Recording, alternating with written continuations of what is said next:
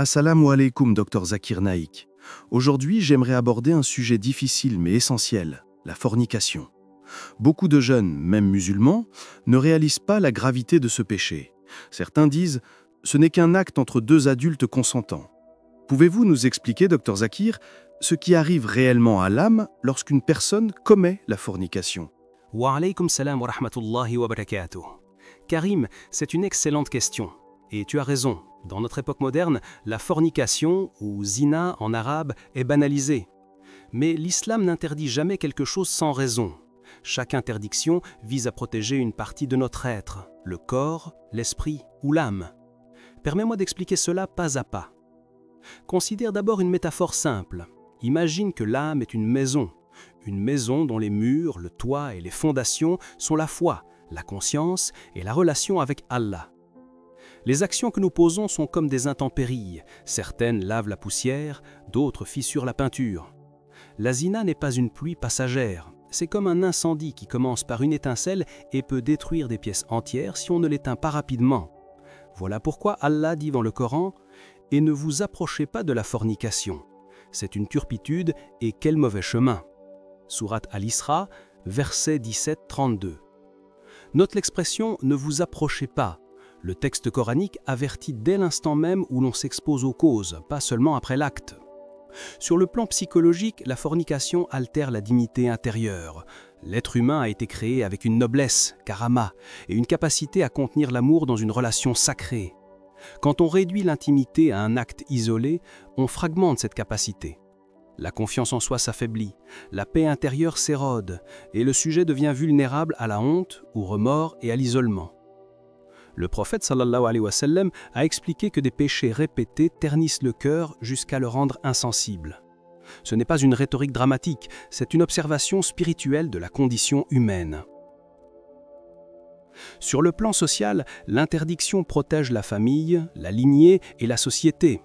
Les relations sexuelles hors cadre légal entraînent des conséquences concrètes. Responsabilité, naissance non planifiée, blessures émotionnelles.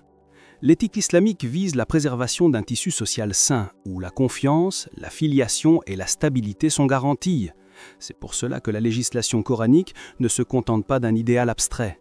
Elle propose des moyens pratiques, mariage, jeûne, abaissement du regard, séparation en cas de tentation, pour prévenir la rupture.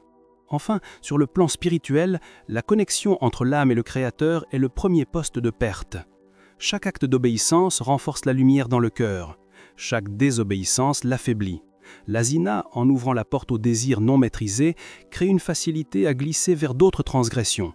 C'est pourquoi l'approche islamique est préventive. Elle enseigne des habitudes, des disciplines et une conscience continue de Allah, taqwa, afin que la maison intérieure reste intacte. Je vous écoute attentivement, docteur. D'abord, Allah dit dans le Coran, sourate Al-Isra, chapitre 17, verset 32, « Et ne vous approchez pas de la fornication, c'est une turpitude. Et quel mauvais chemin !» Remarque bien, Allah ne dit pas seulement « ne commettez pas la fornication », mais « ne vous en approchez pas ». Cela signifie « évite les regards, les conversations, les situations qui mènent à ce péché ». Parce qu'avant que le corps ne tombe, c'est l'âme qui glisse. Subhanallah. Donc la fornication n'est pas seulement un acte physique? Exactement. La fornication est d'abord une maladie spirituelle. Quand une personne commet ce péché, elle rompt le lien de pureté entre son âme et Allah. Chaque péché laisse une tache noire sur le cœur. Le prophète sallallahu alayhi wa sallam a dit « Lorsque le serviteur commet un péché, une tache noire apparaît sur son cœur. S'il se repent, cette tache est effacée. Mais s'il persiste, elle s'étend jusqu'à couvrir le cœur tout entier. » Ce hadith est rapporté par At-Tirmizi. Et quand le cœur est couvert, la lumière de la foi ne passe plus. C'est donc l'âme qui s'assombrit avant même que la personne ne réalise ce qu'elle a perdu. Exactement, Karim. Le plaisir de quelques minutes fait perdre la sérénité de l'âme. Celui qui commet la fornication ressent souvent, juste après, un vide intérieur, une tristesse sans explication. C'est ce qu'Allah appelle dans le Coran le remords du péché. Et si cette personne continue, son cœur devient insensible. Elle ne pleure plus en prière, elle ne ressent plus la douceur du zikr. Elle peut même écouter le Coran sans frissonner. C'est cela le prix spirituel du zina. Le cœur meurt lentement, sans que la personne ne s'en rende compte. Mais docteur Zakir, certains disent « Dieu est miséricordieux, il pardonnera ». Est-ce que la fornication peut vraiment être pardonnée?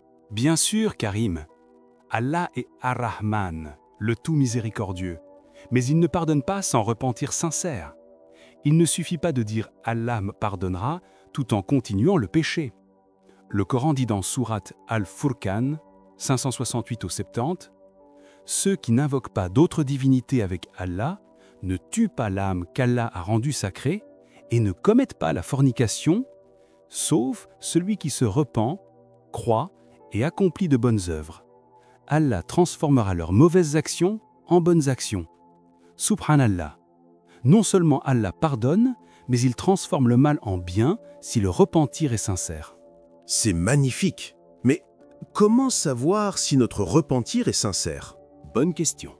Un repentir sincère, appelé Tawba Nasuh, repose sur 4 conditions. Reconnaître le péché sans le justifier. Regretter profondément de l'avoir commis. Décider fermement de ne plus y retourner. Réparer les torts si possible en priant davantage, en jeûnant, en s'éloignant des causes du péché. Et plus la personne s'approche d'Allah, plus son âme se purifie. Le prophète sallallahu alayhi wa sallam a dit « Le repentir efface le péché, comme si rien ne s'était produit. Docteur Zakir, que se passe-t-il si quelqu'un a commis la fornication, mais continue à prier, à jeûner, à faire de bonnes œuvres? Est-ce que ces actes sont encore acceptés? » Kérim. Allah est juste et sage. Si la personne prie mais ne se repent pas sincèrement, sa prière devient une forme sans vie. Elle l'empêche peut-être d'aller plus loin dans le péché, mais elle ne le purifie pas. Mais si la personne prie avec regret, si elle pleure devant Allah, alors chaque prosternation devient une porte vers la guérison de l'âme, parce que le repentir transforme la douleur en lumière. C'est incroyable. Donc même après un grand péché, Allah nous redonne une chance de redevenir purs? Très belle question, Karim. L'islam ne dit pas seulement « ne fais pas le mal », il montre comment s'en préserver. Voici quelques conseils pratiques. Baisse ton regard. Allah dit aux croyants de baisser leur regard et de préserver leur chasteté. Sourate An-Nur 24-30. Évite la solitude avec le sexe opposé. Le prophète sallallahu alayhi wa sallam a dit « Aucun homme ne reste seul avec une femme sans que Shaitan ne soit le troisième. » Occupe ton temps. Le vide mène à la tentation. Engage-toi dans la prière, l'étude, le travail utile. Jeûne. Le prophète sallallahu alayhi wa sallam a conseillé aux jeunes « Ô jeunes gens, celui d'entre vous qui en a les moyens, qu'il se marie, et celui qui ne peut pas, qu'il jeûne, car le jeûne est une protection. » Souviens-toi d'Allah souvent. Le zikr, la lecture du Coran et la fréquentation des pieux renforcent la foi. Alors, docteur Zakir, comment se protéger du zina dans une société où tout pousse à la tentation? Très bien dit, Karim. Et rappelle-toi ceci. Celui qui abandonne quelque chose pour Allah, Allah le remplacera par mieux. Celui qui renonce au péché pour préserver son âme, Allah lui donne la lumière du cœur, la tranquillité et l'amour pur qu'aucun désir ne peut égaler.